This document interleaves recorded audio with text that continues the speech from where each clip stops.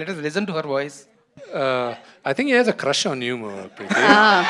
ప్రభు గారు ఏం జరుగుతుంది ఇక్కడ? No, let her be Preeti, please. presented properly.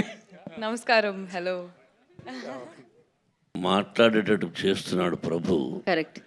ఇంతమంది మహానటులు ఉండగా వాళ్ళని అడగకుండా ఆ అమ్మాయి మీదనే దృష్టి ఏమిటి అని. ఓకే, ఇప్పటి వరకు క్వశ్చన్స్ అడిగితే వచ్చిన ఆన్సర్లను బట్టి వేయడం. ప్రీతి, ప్రీతి ప్లీజ్. నమస్కారం టు ఎవ్రీవన్.